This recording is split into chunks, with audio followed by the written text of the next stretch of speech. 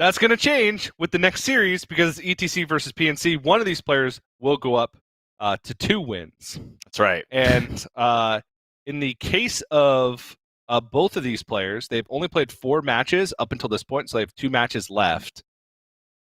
They could still, if they win out from here, make it to playoffs if they win out, because that would put them at 4 wins, but it would involve some crazy things happening and some head-to-head tiebreakers. For PNC, it might be impossible. No, it's not impossible since he plays Firebat. ETC plays Frozen in the last week. So if they take wins against those 2 players, then and Frozen and Firebat both lose out, it's a possibility. But it's a very slim chance. Very slim chance. And Papa Jason now has played that was his 5th series, so he can only go 3 and 4. He is guaranteed in the relegation bracket at the very best. At the very best. Wow. And when you are in Division B, you get fewer chances to stay in. So Purple and Papa Jason both guaranteed at least in the relegation bracket. Could be auto-relegated depending on some of the outcomes here. All right, well, I mean, PNC and ETC are the masters of their own fate, so to speak. Obviously, they would require some fortunate things to happen when they get to that point, but anything is possible. Not giving up, right? Yeah. You can't. ETC's Warrior has been left up. I feel like we've seen more Warrior just this weekend alone than we have over the course of the entirety of the first half, even more than the first half, the first 5 weeks of Grandmasters competition. Kind of interesting how that works out. Yeah. PNC's Highlander Hunter, though, seems tough to beat, but didn't seem that tough to beat yesterday. Played the deck once, lost with it once. So maybe the curse has been broken, and his Highlander Hunter is no longer unbeatable. Yeah, I think Highlander Hunter you saw it just now. It looks very fallible once it starts to show a little bit of weakness. Even in the mirror, it felt like Hunter was struggling even against itself. It makes me think the pressure that people are putting into their decks is too much. And then on the flip side, the amount of damage that Hunter is dealing isn't enough to contest the 50 healing from Warlock. It's a tough proposition. I mean, if you get 50 healing from Warlock in almost any matchup, you probably won that game. True. Like just the ability to get 50 healing is hard, because that means your opponent has to deal more than that in damage. Which makes the series earlier between Purple and Muzzy that crazy, that much crazier. Because I haven't seen Demon Hunter deal that much damage in a long time, but I also have not seen any deck heal that much in a long time. Even like Holy Wrath Paladin, or even like the Control Warriors that were armoring up. Like if you count the armor over the course of the game, sometimes that wouldn't even equal 50 plus. That's a lot of armor ups. It's like 25 armor ups, maybe in the fatigue ones, but it's hard. It's hard to gain that much. Well, the point what I'm trying to say is that Highlander Hunter, while has great tools, has shown some of its weaknesses over the past few series. And so, the Warrior is a great start here for ETC. I think that's, especially when there's no Priest, I think that is, green light to go ahead and cue that. Mm-hmm. And then for PNC, if he does end up anticipating that, what's his best fighting deck against that Warrior? And there's, I would say that all 3 of these classes are pretty unfavored versus Warrior. So he banned Druid. Yeah.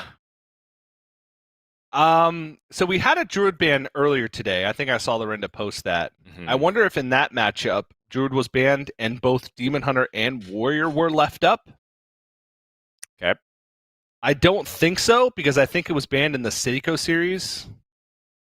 And he was playing a bunch of weird janky decks, not Demon Hunter.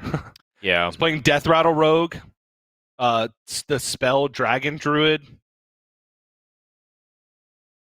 So I this might be the first time that both Warrior and Demon Hunter have been left up in a series. I don't know for sure. We'll get Lorinda on it. Right. It's the idea that people usually ban the Warrior or the Demon Hunter, or in some cases where they bring like a lineup that has Quest Warlock. Some people have been banning that too to keep the priests safe. But this is definitely a unusual setup from PNC. So we'll see if that gamble pays off, TJ. Yeah, it's gonna be tough though. You said it. All these decks unfavored versus Warrior. I don't think his Highlander Hunter has a favorable matchup at all. Though, arguably, Druid is one of the poorer ones. Druid does have good matchups against his Rogue and Hunter, I'd say. Demon Hunter's a little bit tougher. Yeah, we'll see. I mean, that's the big question. I think that this matchup hinges on whether or not PNC can find a win with his Highlander Hunter. Because I feel like that's a deck that's been struggling, and at least today, versus the classes that ETC has left available. And two, whether or not he can win a DH Demon Hunter mirror matchup. It's weird. It's just kind of a weird situation overall. It's rare that we find ourselves with this lineup left up. There may be an opportunity for PNC to target the Rogue from ETC, but even then, he has to rely on mirror matchup as the final one to kind of get over the hump. Well, here we go. Highlander Hunter with an aggressive mulligan doesn't find what they're looking for. It doesn't find a 1-drop, which is pretty much the only thing you truly care about here. On the other side, though, ETC mulliganed everything except for Bomb Wrangler. Am I reading that right? Yes. No, he kept the Corsair cache as well. Oh, okay. And, I look at a lot of matchups for this Warrior, and I think that I always think about how you really want to have Risky Skipper, but he chooses to mulligan away, TJ. Is that right? Am I misreading things or misunderstanding that you don't really need Risky Skipper in this matchup? Risky Skipper is always good. I wonder. Period. Okay. I'm with you. I believe it. If you're keeping Anchor, you probably don't need to keep Risky Skipper. But Risky Skipper, I guess if you're not keeping it with anything it synergizes with, if you're just keeping Risky Skipper by itself, but there's so much stuff that it synergizes with. Even if it's a matchup where you're not either one, not going to fall behind on board, or two, the board's going to be too big for Risky Skipper to touch. It still feels like it's good because it can activate Battle Rage. It can get you additional bombs with Bomb Wrangler. You can use it to damage a minion for Bloodsworn Mercenary or Battle Rage or Rampage. Right. It's a flexible card.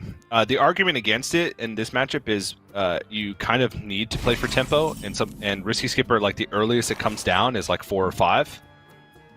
And so if you're trying to battle for tempo in the early game, then Risky Skipper kind of goes against that unless you have very specific tools. Right.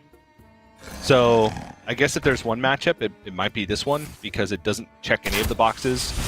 You don't always remove their early boards because they play some mid-sized threats.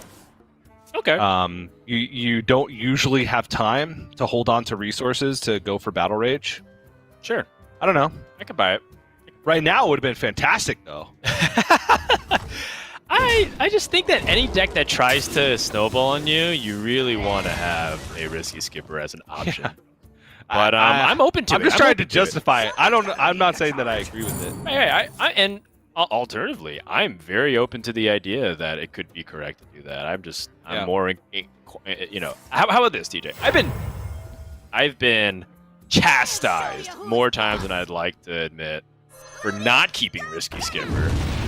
in some practice that you're like, you should have done that. And I'm like, okay, but I don't know how. I like, or rather, it's just like I don't know, like, what the timing of this is. Did he get it from Skyraider? Yes. Anyways, Oh Risky my Skipper's a great card, TJ. uh, I don't know what you're looking for. It's a... None of it makes sense. Oh, it makes perfect sense. Like, so Risky Skipper, Captain Mulligan, its win rate is not particularly high against any matchup but Demon Hunter. Okay.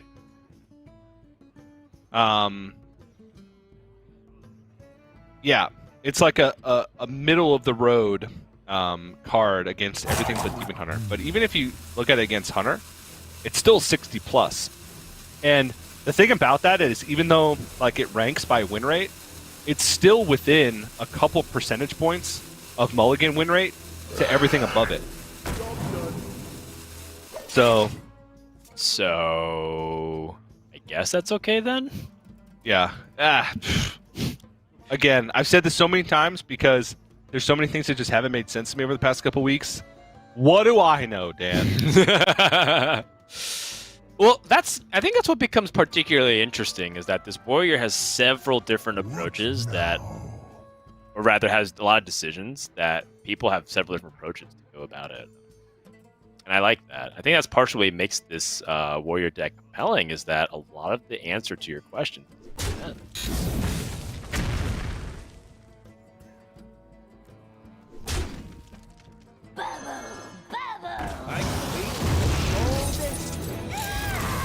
Oh no. Oh no. yeah. All right. I mean, he's drawn a bunch of cards now, and he's almost out of time. TJ, I'm starting to get worried. This is ETC. He's got it. Yeah, he's good. Can't swing with the live wire lance though. A Dune Sculptor.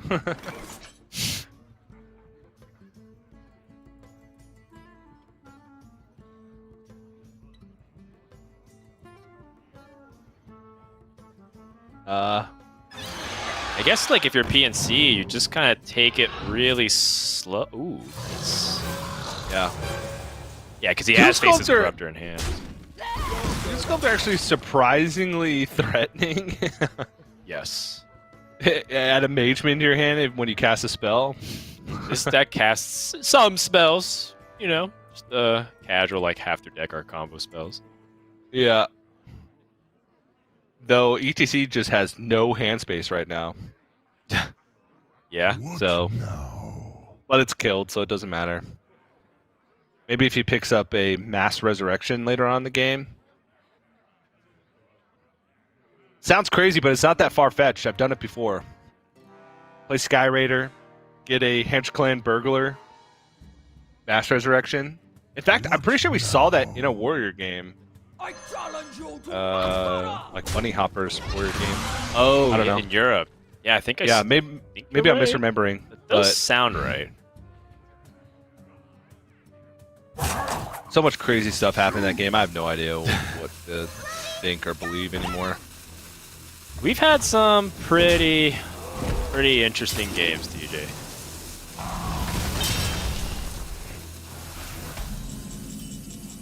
So ETC has board, but he hasn't really been able to piece together like much damage or combo potential, but it's starting to get to that point. He's got Gorkon Lead, Interrage, Bloodsworn Mercenary in hand.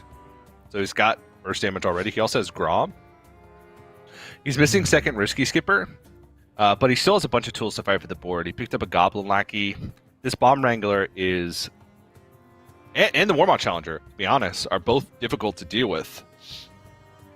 He could In their also entirety. just play Varanus, set those to 1 HP, so that way they're less problematic. And he can't combo up them with Bloodsworn Mercenary. Right. That's the one thing. And Blood Boil Brute becomes harder to activate. Yeah. Quickly. I think I like that as my primary play option.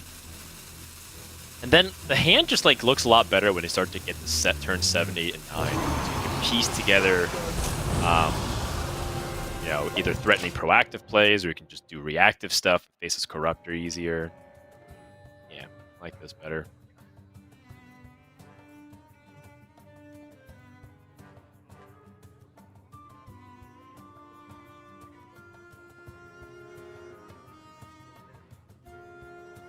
Well, I mean, if you're ETC, you have a lot of combo damage in. Is there any world where you just start going for it now? The problem is only one Inner in hand. Ah, yeah, because he has Grom on the far left, but you're right. Wait, what if he... No. If he, like, Korkron Elite, Inner Rage, Bloodsworn Mercenary here, he'd push 15 damage. Oh, he is going for it. All right. Sure, you know. Yeah, I don't hate it. I actually think it's kind of good. All right, so he's not pushing all the here. damage. He's trading off the rareness. Okay. Ooh. No secrets left. That's not good. By moon and spear!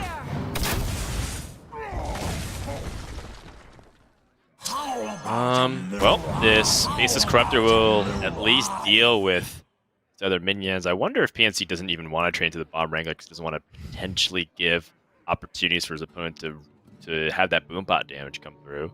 Yeah, no, that's a good point. It would leave him dead to Grom Inner Rage.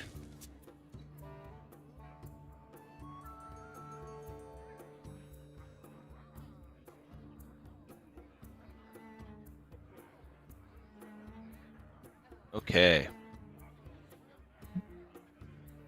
Still 2 natural risky skippers left in the deck for ETC, I believe. Could be used to activate Grom. So I think there's some incentive here to just Livewire Lance Face. He still has Blood Boil Brute as an option. He could Livewire Lance Face, Blood Boil Brute down the 4-3 and trade the Bomb Wrangler into the 4-2. So he has a 5-4 on board, a Boombot on board, and a weapon equipped, and his opponent is at 12. He's got Inner Rage or Risky Skipper and out for lethal. And that's if PNC even removes his board.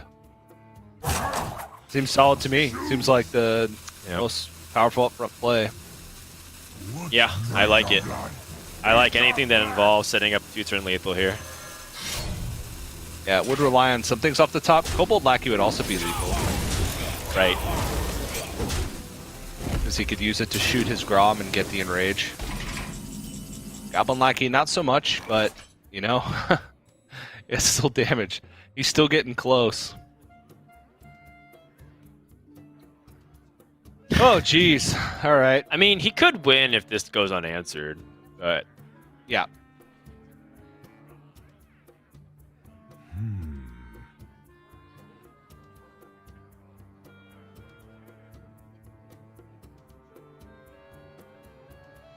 Okay, so if you're PNC, you have an opportunity to stop that minion with Freezing Trap and Unleash the Hounds. You also can Dragonbane too. So you could Unleash the Hounds, Dragonbane Hero Power. You can Unleash the Hounds, play something, and then Freezing Trap. Also, if this Boombot goes face for enough damage, that also just gives ETC lethal. Yeah. This is a really difficult situation to be in for PNC. He just has no life to work with. Right. Do you Hero Power first? No, you have to Hero Power after, right? You attack face with one, attack the bomb with the other. Okay, hit the Hound, that's good. Now he needs to nail the Blood Boil Brute. Okay, that's good. Oh, Anchor? Is Anchor lethal? No. No, because he doesn't have enough mana to play the Risky Skipper and the Korokon Elite. And the Rampage stuff. So, Kobold Lackey is lethal right now. Okay, didn't hit it. Hmm.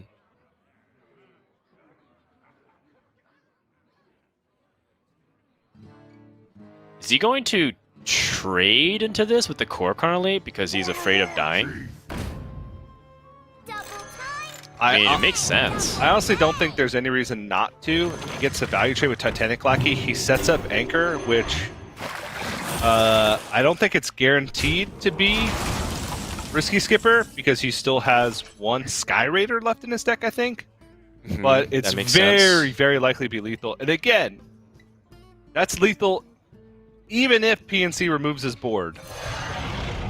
Even an Evasive Draconid here. Not enough because it just gets traded down on the board. What about Cobalt Spellkin? Okay, Cobalt Spellkin gives him Arcane Shot and Rapid Fire. Not enough. Blocks less damage than... Well, theoretically, right? Because by removing the Corcoran Elite, he cuts out Bloodsworn Mercenary as an out. Right. But with Evasive Draconid, if he just plays that, it leaves the Corcoran Elite on board. So even though it blocks the same amount of damage, if you get the right spells from Cobalt Spellkin, it still leaves ETC with more options because the minion is still left on board. Even like Battle Rage to draw into the final damage points that he needs. A simple step. How about double clear the way? Does that do it? Oh. Nope, that ain't it, Chief. Yeah. And he is dead.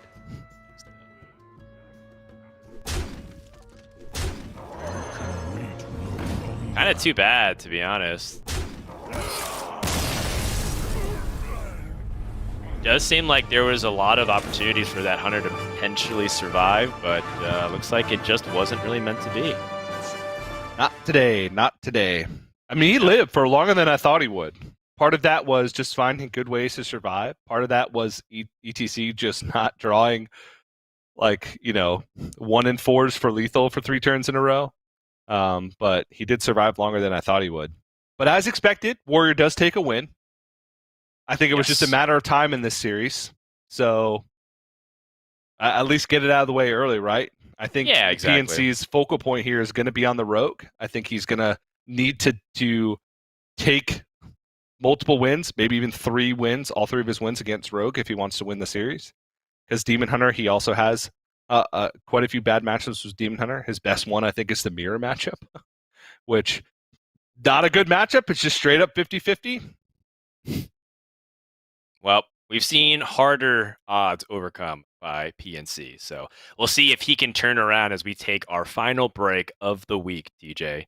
And when we come back, we're going to have PNC and ETC battle it out for their second win of the round robin season. Don't go anywhere. More Hearthstone Grandmasters action continues when we return. Hearthstone Grandmasters is brought to you by T-Mobile. Rank up with America's largest 5G network. Switch to T-Mobile today.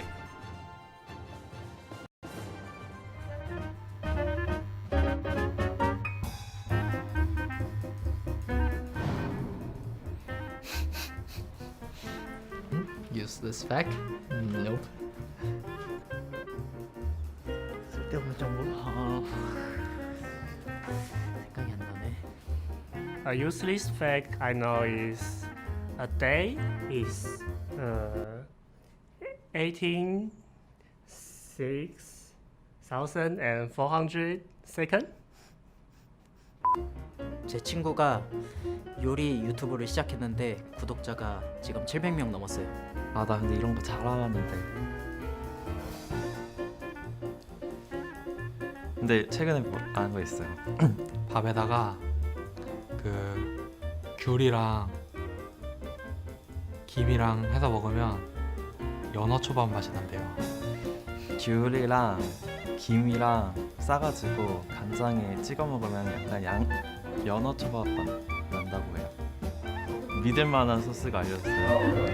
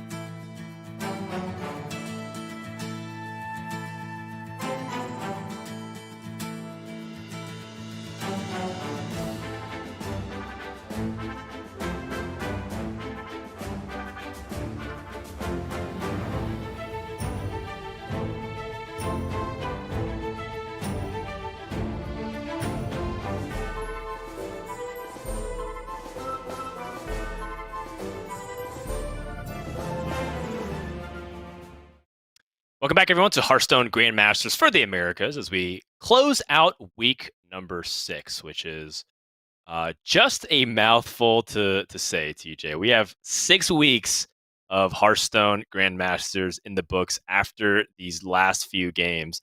I can't believe it. We're already almost done with another season. But, I mean, there's a lot more storylines to talk about here. And coming up next, we have game number 2 between ETC and PNC, both trying to survive that relegation spot. What's going to happen? Yeah, it's a pretty big deal, honestly. ETC and PNC have played just less matches overall. They still have a 2-match week coming up next week. So their record could still fluctuate a lot. Both these players could finish with 4 wins, which, you counter that with Papa Jason and Purple, who have finished up most of their matches and only have 1 win. They can only finish with, at most 2, in Papa Jason's case 3. These are out of the playoff picture. So even though ETC and PNC are both 1 and 3 right now, they could still make playoffs, but it would take a lot. It would take not only them winning out from this point on, but it would also take players that they've defeated while they're winning out to lose out. Because everybody that's currently in the top half of Division A already has 4 wins. Right. So I looked it up. I think it is possible for both players, since they do play against players at that 4-win mark. But again, it's going to be difficult. And whoever loses the series won't have that opportunity. Whoever loses the series is automatically in the playoff or in the relegation picture. Still yet to see whether or not that will be the bracket or automatic relegation, but whoever loses the series will be fighting for relegation in the last week. So, big matchup. Currently, ETC has a 1-0 lead. It's intense, man. A lot to think about. There's a lot on the mind. What's in store for this game even? Tempo Demon Hunter Mirrors. It's so volatile. It could truly go either direction.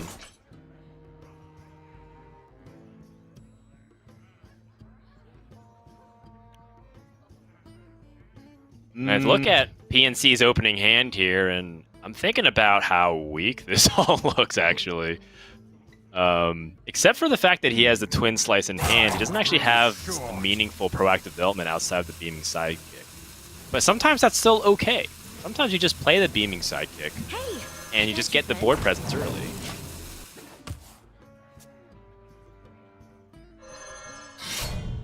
Yeah, if he had something in hand, if he had Satyr Overseer in hand, for instance, I would say that it would be pretty reasonable to hold on to it. Because then he could Umberwing next turn, and then the following turn Satyr Overseer, coin Beaming Sidekick. Right. And make up for the fact that he didn't get the early board presence down. But with nothing really in hand to buff except for the 1/1s from the Umberwing, I think that you kind of gotta at least have some type of board presence. Yeah. And now another difficult decision. Crimson Sigil Runner, PNC, one of the few players to still include that card. Right. This week, looks great after its here. nerf. Looks great here because he doesn't really care about that 2 attack right now. What actually matters is the ability to get onto the board whatsoever. Oh, he can use a Twin Slice here. Okay, I was thinking about how to use Twin Slice, and I guess it makes sense given that PNC wants to keep that coin flexible in case he needs to go for a 5. Yeah. I think the coin hand does have more value than Twin Slice. Most of the time, but in this specific instance, definitely.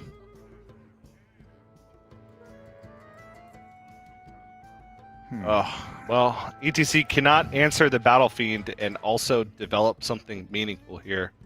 He could answer and develop Sightless Watcher and maybe find something to fit his mana curve next turn, but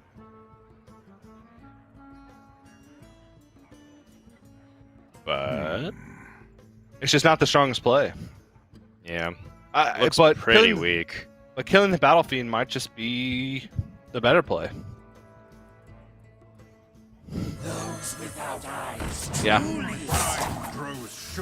Ooh, beaming sidekick. That's a good one. Yeah, beaming sidekick is very good. But Umberwing played next turn guarantees that you can get Glaive-Bound Adept on 5. But then you're spending your entire turn 4 developing an Umberwing and hero powering, which isn't great. Like, all of this is just really awkward. Oh no!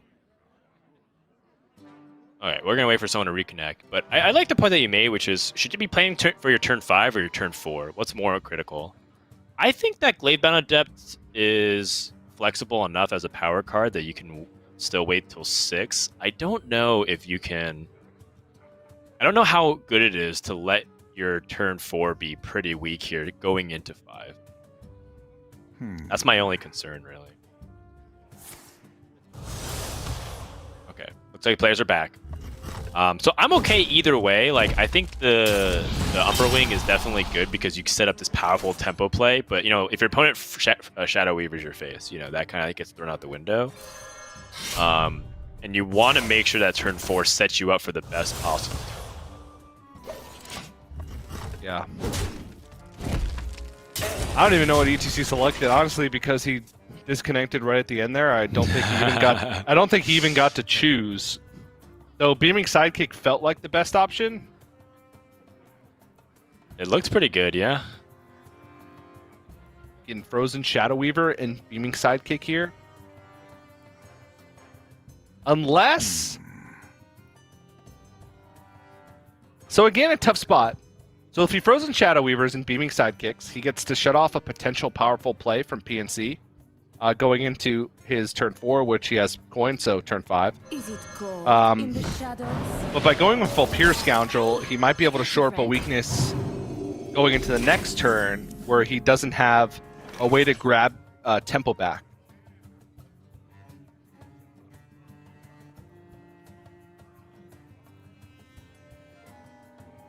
If PNC were to take it himself. Right. PNC can't really do much here, but that I-Beam is an interesting draw. So, like, before that draw, maybe he would not play the Altruist, but is it worth doing now? You clear the board. Yeah. Altruist coin I-Beam second slice, and you get to push all this damage to face as well. Right. You have Spectral Sight to reload, then you have Skull of Gdansk on the following turn. Demons.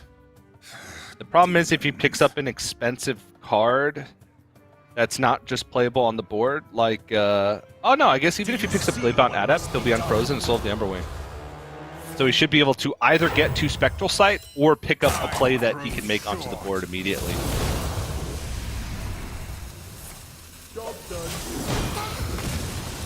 Okay. Buy it. And now ETC doesn't have that Glaive-Bound Adept activator, but where does he draw? Finds the Warglaives of Azeroth. That's a really big pickup. Oh, my goodness.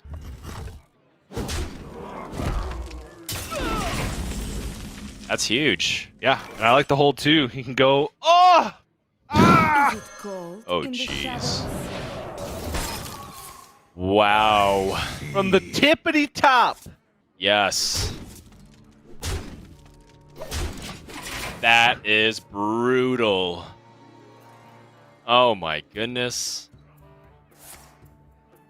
I don't know. ETC, I just feel, even if these are like 3 perfect cards, he's just too far behind now. He's at 14.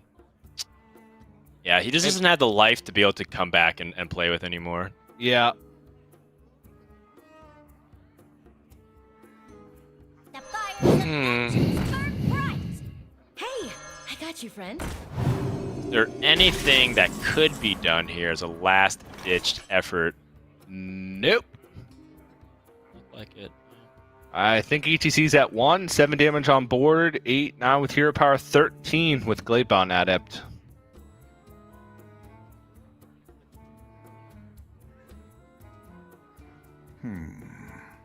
Yeah, I'm going for it. I like it. I like going for it. You have so much health. You have all the momentum on your side. And you have the reload if you need. There's no real need to wait here. Force your opponent to just use their stuff to suboptimally clear. Otherwise, we give them a chance to potentially... if we don't, we give them a chance to potentially combo us, right? Time grows short. I grow impatient. I think both. You think it doesn't matter anymore? Yeah. You can do whatever you want. Skull now, find more damage. This just seems like the most efficient mana expenditure. You put him to 1. Like he's got to remove the board and heal, Right. or else just a hero power wins. Sure. I'm gonna win big.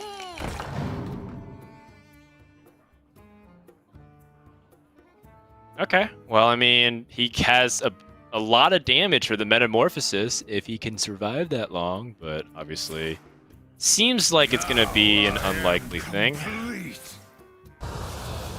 Nice. Nicely done. There you go. Found it. Found the lethal. Found the lethal. Sometimes that's all you can do, really. That's going to wrap up game number 2.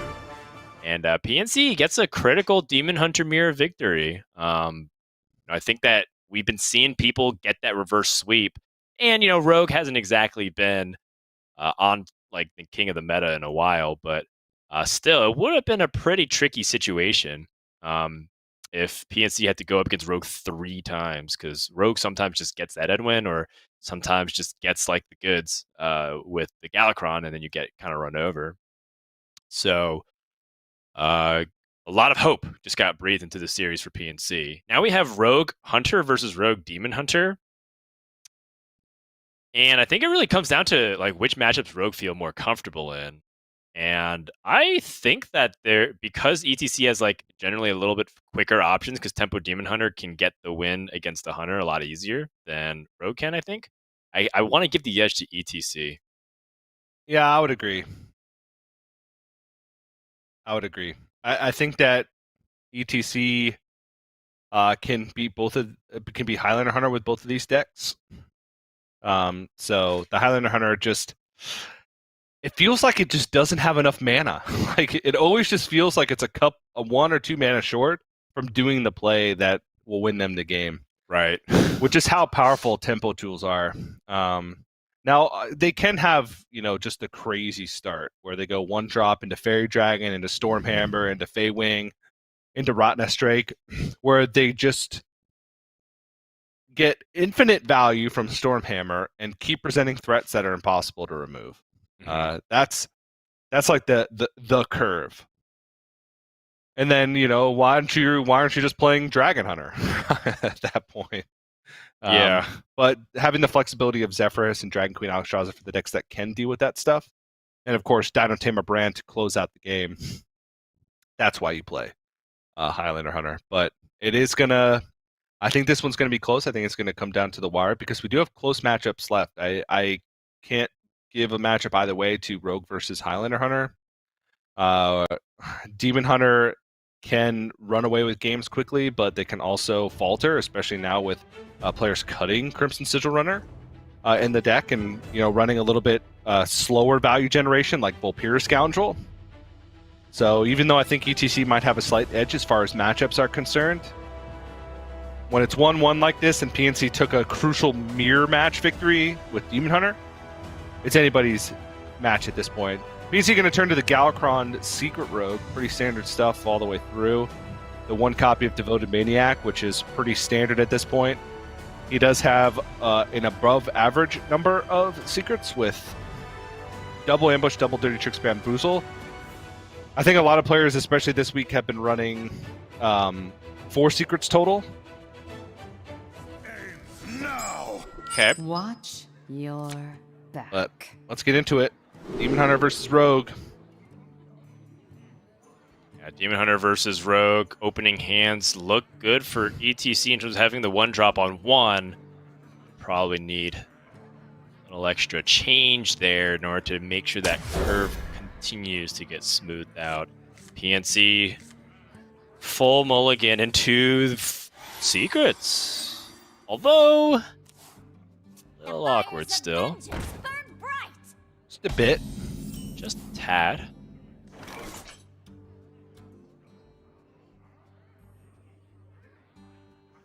Do you do it? Point it. It just so happens that ETC has the punish. Yes, he does. Oh, this is gonna hurt so bad. I think it's correct.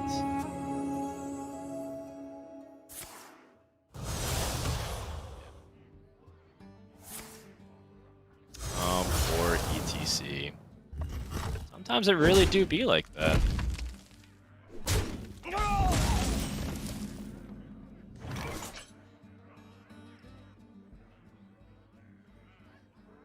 Well,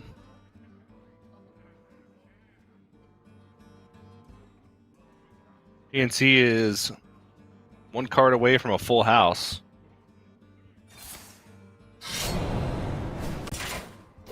That's my analysis. Yeah, he has 2 pair, and 2 pair is very weak against the ETC's hand of the Demon Hunter flush. They're all green. All greens, baby. Best hand. Yeah. That wins every poker tournament. Yeah, I think people actually write clubs as green. I might be mistaken. Just to differentiate the color. I don't know. I don't really follow or play. PNC does have reactive plays, though. Seal Fate and Praise Galakron means that he could reasonably finish invocating Galakron on turn 5. Yeah.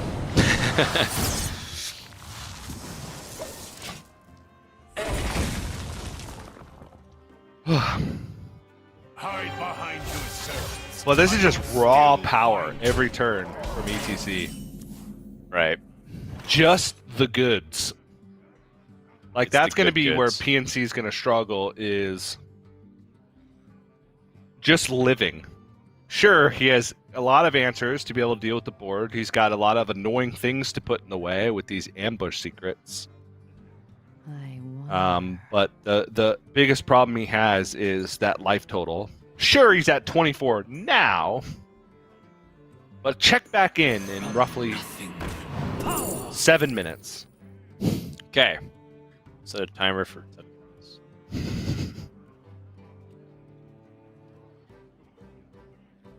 So, when you look at these options, do any of them leap out at you? Unidentified Contract seems really slow for what Rogue wants to accomplish here. Shadow of Death also seems slow in the sense that you have to draw really deep into your deck for the shadows to be guaranteed. And then Togwaggle Scheme is like, we're not getting to the point where we can play that safely, so doesn't exactly look great here. But what a pickup! Cobalt Lackey, so we can shut down the Kane Sun Fury. And of course, the point where ETC's like, I don't care, 3 damage to face. Right? Yeah. You're like, okay, second slice, 4 to face. Next turn, Hero Power, 4 to face. Well, TJ, PNC what if we don't does even have make the fa- 7-minute mark? I set this timer up for nothing. Well, I mean, he does have Faces Corruptor, so the 4 damage next turn might have to go into Faces Corruptor. Alright, it's out 4 to face. This is smart. I mean, he did stop the Faces Corrupted this way. Oh, but it's so painful. So much damage left on the table, TJ. He has to use Faces Corruptor now, and now ETC gets to go Hero Power 5 to face. Yeah. That's even better than 4 to face. That's 1 more.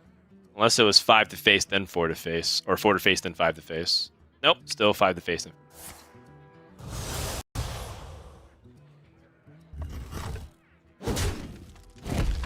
Our enemies will fall. No matter how you choose to approach this, PNC is under a significant amount of pressure. Oh, he's got the lucrative contract. My favorite kind. I mean, his hand's got a whole lot of nothing. Oh no. Oh no, TJ. Oh. I think you get the Metamorphosis out of the way now. Hero Power Metamorphosis, and then Metamorphosis Hero Power, and then Skull next turn.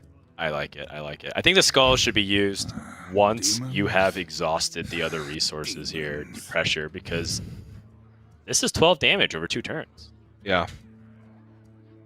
At the same time, I guess the argument against that is if you Skull now, maybe you develop and get to push damage that way, where if you Metamorphosis, you give development over to PNC. Okay. But I mean, development doesn't matter in the face of Altruis. I am complete. I also don't think it's worth playing Beaming Sidekick. That can 1 beat damage for Altruis, and 2 could also be something that PNC needs to use to activate things like Seal Fate.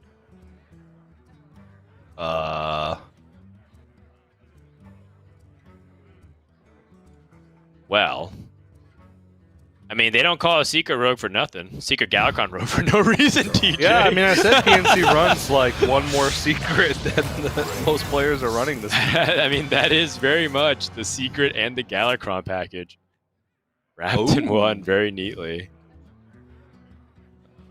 Kind of humorous. Oh, what is this? What? It's so awkward. And then he has the coin, Praise Galacron, coin Lackey, coin Faceless Corruptor. Or doesn't... There's no coin after that. Oh, Alright. 7 Okay. drops, a lot of taunts. Yeah? Blood Boil Grip, I which mean, this is a lot of power on board. it is. It is. That 5 life gain is pretty clutch. That 8 health on the Blood Boil Brute 2 is also very annoying. TJ, if I didn't know any better, I think that PNC has a chance. That's not great Altruis fodder, but it's just straight up a lot of damage. Alright, so if he swings for 3 this turn, next turn he has 9. So he needs 3 damage. Right, and then Altruis, Beaming Altruis, Sidekick. Beaming Sidekick, Umberwing, Maybe. I-Beam. He would need 8, 9 mana. Oh, perfect. Okay, is there a Lackey that can change this? Titanic. Ooh, I didn't find Titanic it. may not even change it, actually. Ooh, Ysera for PNC. Alex Straza is also something to consider. Yep. You know why the Titanic Lackey might have actually changed things? Maybe would the Bamboozle would have actually been a difference. What if? Yeah. No, that's true. Alex Strauss just seems like the only real choice. But I believe this is exactly 12 damage. Wait, no.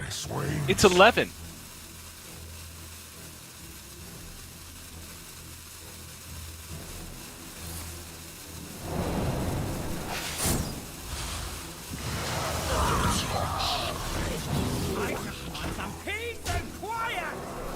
Beaming Sidekick is 1. What about the hero power? He can't fit it in because I-Beam needs to cost 1. Oh, right, because it goes to 0 with the Skull of Gul'dan. Okay. Yeah, he's 1 off. Yeah, because Altruis, then Beaming Sidekick is 1. He swings Metamorphosis. That's 8 additional damage, so he has 9 total. I grow impatient. Then Umberwing is 10, and then I-Beam is 11, and that's full 9 mana. Right. If he had an extra mana. If he had Would've had 1 it, more right? mana. Yeah. And the awkward part about this as well is the fact that he would have to override the Warglaive Vassal with Umberwing. He can remove a large portion of the board, though. Do you see what must be done? Hey, It's true, and he does gain a little bit of life as well. Yeah. So not all hope is lost. Time grows short.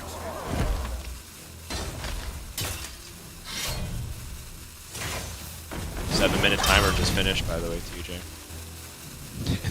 Wait, what? No, okay, yeah. I was like, don't put the I-beam there. Yeah. Hey, TJ, 7-minute timer. And look at that.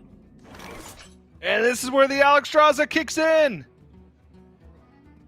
Oh my gosh. That's huge. It is quite large. Maybe.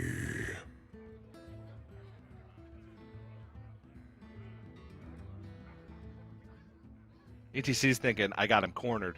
Right. He's like, I got him down. Here's the thing. He's got Skull of Gul'dan. Oh, ETC. He's so disappointed in that. And that's a 2-turn lethal setup from PNC as well. So ETC Right. has to kill this. Okay, Chaos Strike. But Warglaze has to come out here, right? So that way he can activate Skull. Yep. Needs to kill off this Blood Boil Brute. Or freeze Alexstrasza if he finds Frozen Shadow Weaver. I'm gonna win. Scoundrel. I-beam.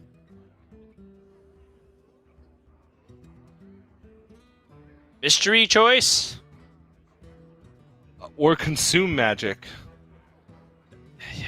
Yeah, I guess. Mystery choice might give you like Soul Cleave. Yeah. It's not great though. Because he needs to deal with this without using his health pool. So he needs exactly I-beam. He's dead. Yeah, doesn't look good. I yield. It was promising, but that Alexstrasza pickup from PNC ended up paying off huge. That was a big moment just now. PNC, once more, has new life in this series, and ETC is getting closer to the very real possibility that he might be fighting for, once again, the relegation spot. Yeah. Oh, that's a tough game from ETC's perspective. 1 mana off lethal. Also, the I-beam interaction of just it costing 1, and so any discount doesn't matter because it specifically states that it costs 1 when it's outcast. And then Alexstrasza being the punish there.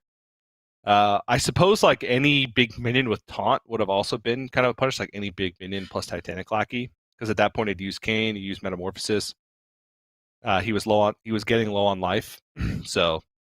But that's the one that hurts the most. You put him at 1 full Alexstrasza value.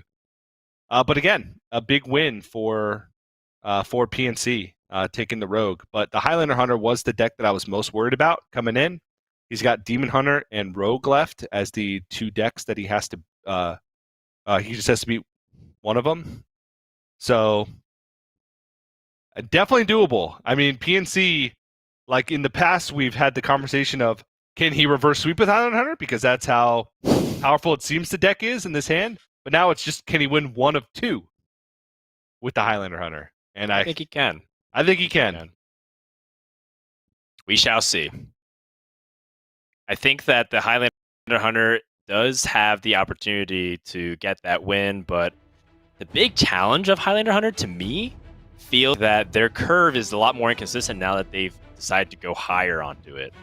Compared to before. So, tough spots here overall for ETC because this Highlander Hunter just has the power to win if he doesn't keep up with the Hunter pressure. Yeah. All right. Potentially last game of the series here. If PNC can close it out with the Highlander Hunter. Kind of had a weird day today. Started things out with a pre-smear. Ending it with just a bunch of aggressive decks hitting each other. I guess I'd pretty prefer it that weird way. for sure. Actually, I don't know if I'd prefer it that way. Just a weird day overall. It is pretty weird, but I think that the overall lines that we've been talking about make sense, which is that Demon Hunter has been still very consistent at pressuring, but the problem is that sometimes like your opponent generates those lackeys to just get you to over the hump. And I feel like if you're in ETC's position, one of the most challenging things is that if you don't have that early game, and Hunter does, are you just too far behind in the damage and you just have to play reactive? That's a scary position to be in for almost any deck.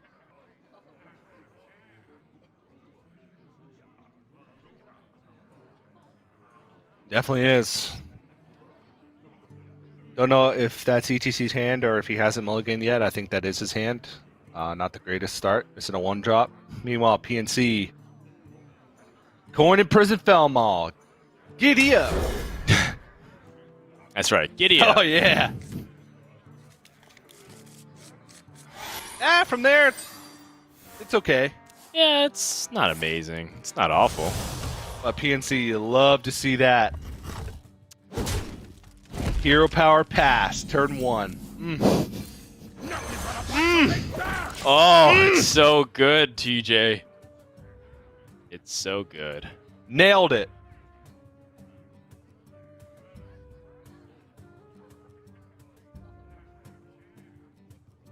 I mean, there's like 2 1-drops in the deck, right?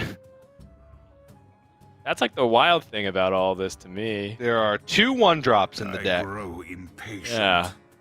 It's so wild to me that that ends up being like the one thing that he ends up getting, but I mean, sometimes it be like that.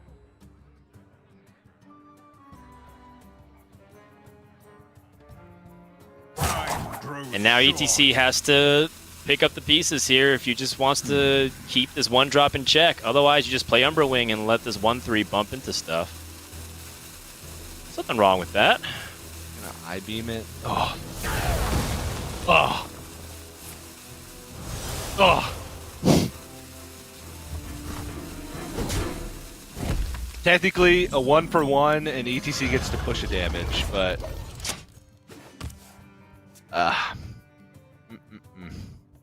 You don't like it?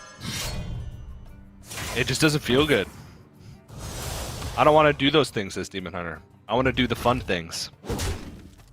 Fun things like killing your opponents so they're dead. Yeah, like killing my opponent. Now he has the 2 Desert damage. Spear. Yeah, Desert Spear answers it so cleanly. Although there is that small hiccup here. PNC's got a bunch of odd cost cards. But he's got the coin. The coin. That's right, to fix everything. The coin is the answer to all things. Yeah. Coin big whelp.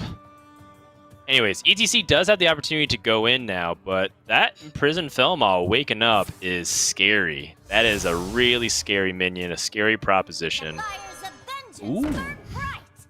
Hey, I got you, friend. Ooh. Okay. All right. ETC's pushing some damage.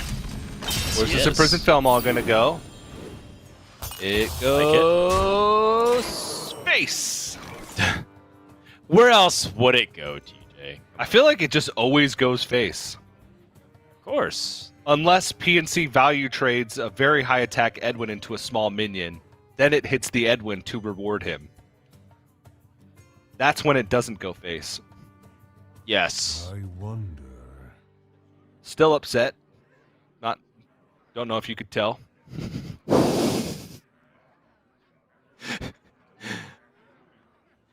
No, I couldn't at all. Good. Hey, well, no matter how you choose to slice this, it does look like PNC is very far ahead. Yes. And this twin slice is useful, though. It's just it comes at a cost of a lot of HP. Yeah. 10 of it. He gets to push 7, though. Or 6, sorry. But he had to use both second slices. That's their attack, not their health.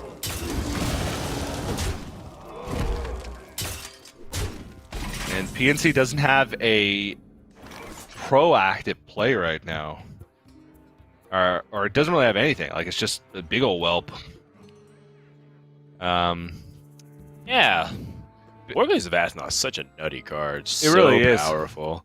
Yeah, I mean, it's no Assassin's Blade, but I guess it gets the job done. Yeah.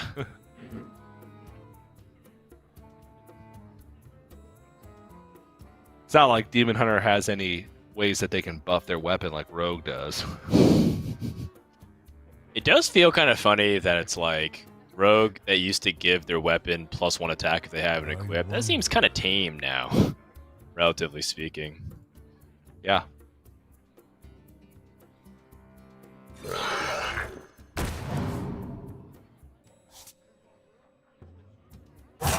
Quickly.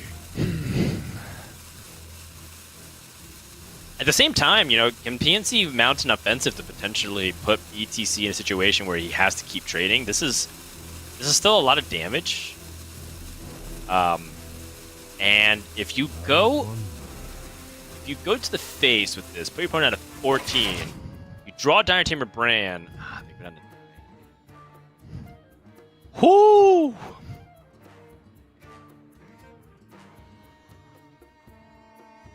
Holy cow. Rip it. Skull of Gul'dan. Yeah, think before it. I like that. Just make sure to Yeah. hesitate just a little bit. But you're not dead to anything. And you need more damage.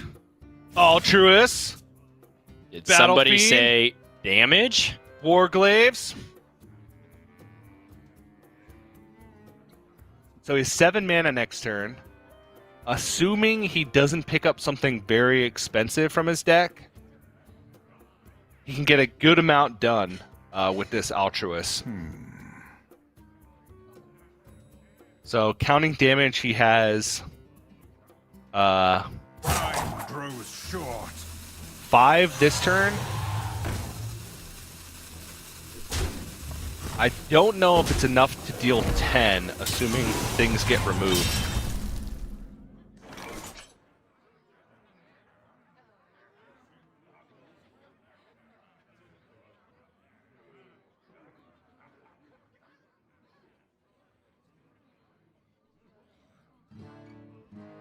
Yeah, PNC has to avoid taking damage here if possible. Like, ETC just went face with the weapon and just kind of Yeah. showing you that he has more damage where that came from. So you gotta pressure your opponent, but also remove what they have. His best removal tool is Rottennest Drake and Scale Rider, but it's too expensive to play both right now.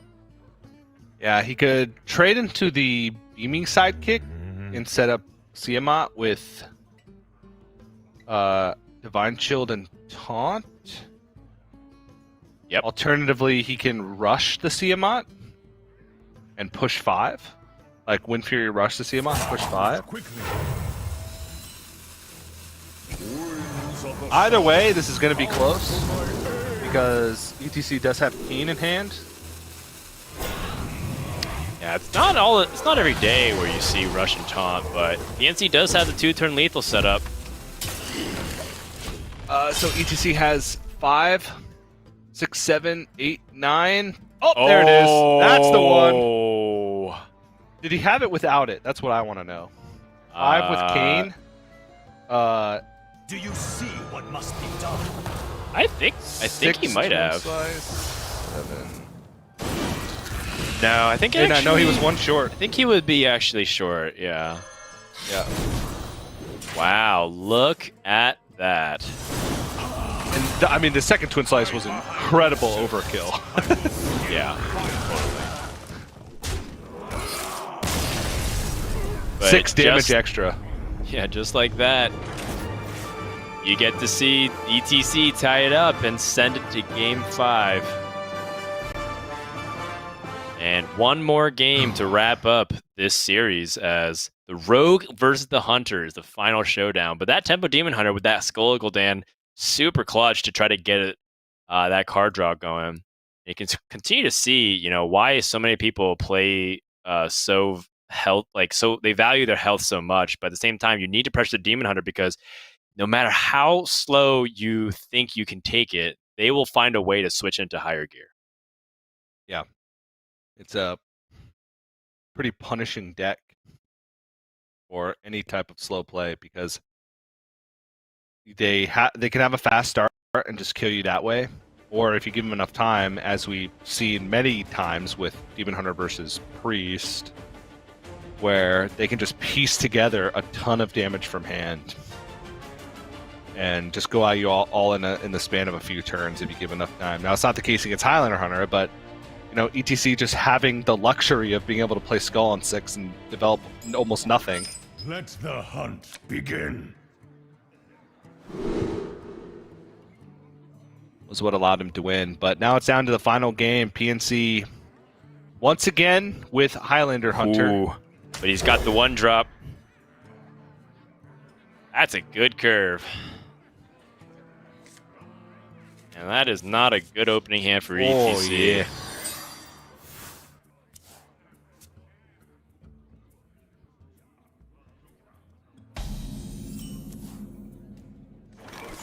Oh! The fires of vengeance burn bright. The Scam Hammer!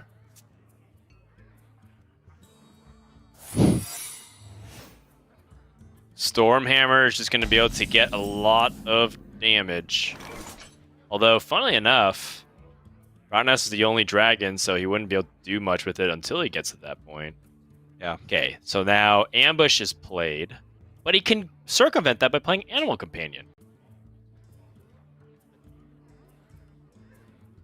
I wonder.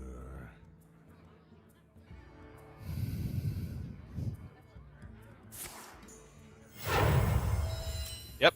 Sees no dirty tricks. Animal Companion seems like a good choice. And it's Huffer! Wow. Full pressure, 6 damage on turn 2. This is gonna be a quick one. The Brotherhood shall prevail.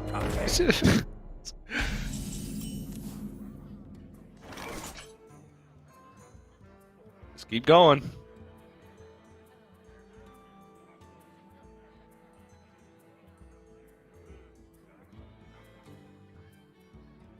I'm fine with just scale ridering and... If you anticipated it being ambushed, though, isn't Diving Griffin slightly better? Nah. Because it could be Bamboozle, and you don't know. Well, you know after you played the Diving Griffin. Sure. Right into my trap. I mean, that play seems like Bamboozle because he played a 2-2 Edwin. Oh. There's only one direction If he this Huffer should go, right? Yeah, if he value trades your 2-2 when there's a Huffer on board, you got bigger problems than missing 4 damage. Alright, this one's over. Wow. This one's over. Look It's away. super over. Does PNC have potential lethal? Look away. Zephyrus?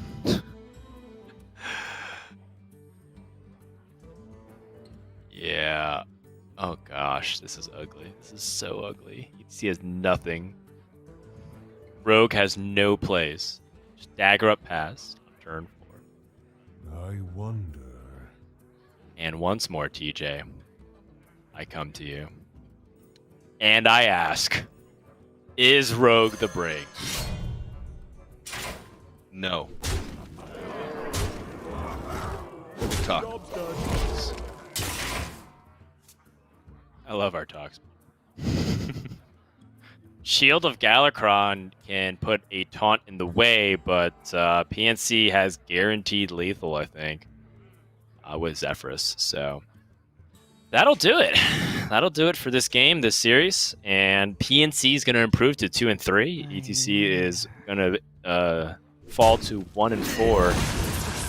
Him, Papa Jason, and Purple are your 3 candidates for relegation. For auto relegation. Oh gosh. Okay. As if you needed any more help, but Yeah, the Zephyrus was enough by itself. He could have hero powered Zephyrus, gave him Earthshock, and then attacked the last 2. turn 5 death, TJ. That was just insane curve from PNC and just nothing for ETC. That was Gotta do the K-pop pose too.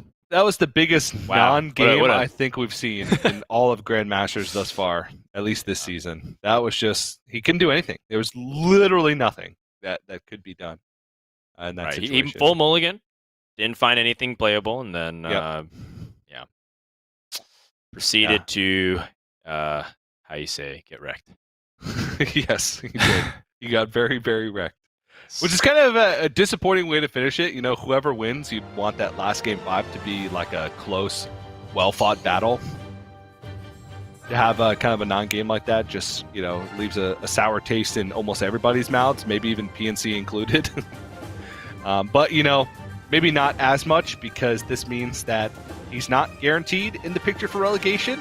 There is still a small, very slim chance that PNC could make playoffs, which would involve him winning out,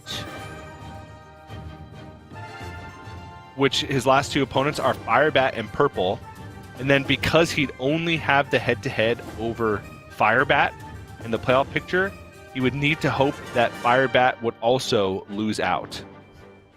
Okay, that's So- a series of very specific things that need to happen. Yeah, and then also Frozen would have to win a game to go to 5 wins. He'd need to isolate a 2-way tie with Firebat. So Zalay, Muzzy, and Frozen would all have to get 5 wins at least. And then Firebat would have to get exactly 4 wins. That's the only way PNC can make playoffs. All right, But it's possible. It is possible. it's possible. It's just that there's a big gap. Yeah. And you know, if I'm PNC, I'm just gonna focus on winning what's in front of me, and then hope that I can improve my position for the relegation bracket. But I won't count that guy out. In the meantime, now Gidan, Monsanto, Papa Jason needs Team Purple. It is not looking good for this group of 5, in which, if things were to end, 3 of them would be relegated.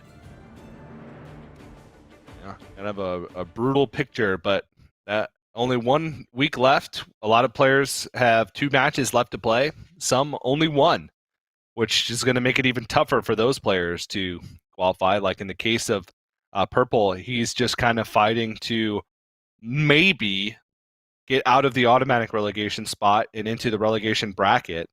Right. And then there's other players that are fighting just for playoffs, like Monsanto still technically does have a chance depending on how the things shake up, since there's 6 seeds for playoffs and he still has a few matches left to play. Yeah. So, you know, still a lot to be played for all of these players, and nothing is set in stone yet except for a couple in the bottom in Division B who at the very least will be in relegation bracket. But nobody's been auto-relegated yet. Yeah, that's right. And so, you know, we do have opportunities for these players to still fight for redemption. It's just getting harder. That's all it is. Every single passing loss is just that much more painful for a lot of these guys. So definitely going to need to pick up those results. But, you know, we'll be here watching it all happen. And, you know, now the stage has been set for a Week 7 photo finish in the standings. But, you know, I think that was a great way to wrap it up. So let's go ahead and get the final bits out of the way here so that we can send everyone home and have a wonderful Memorial Day weekend. First, we want a big thank you to T-Mobile, our sponsor, America's largest 5G network, who help put us on for Hearthstone Esports and Hearthstone Grandmasters. Also, if you want to support Hearthstone even more than you are right now, make sure, of course, to subscribe and hit that the notification button so you can get alerts from when the stream goes live for whenever we do our broadcast. And lastly, head over to playhearthstone.com/esports for the standings, the schedules, VODs, and find ways that you can plug into the Masters Tour system and potentially start your path to becoming a Hearthstone Grandmaster. But that's it from us. Week 6 is in the books. When we come back again, there is going to be life and death in people's Hearthstone's career, and it'll be the final countdown to find out who will be joining us for playoffs and who will be relegated. So, in the meantime, enjoy the new patch, enjoy your Memorial Day weekend for all those celebrating, and until then, we'll see you next time for more Hearthstone action. Hearthstone Grandmasters is brought to you by T-Mobile. Rank up with America's largest 5G network. Switch to T-Mobile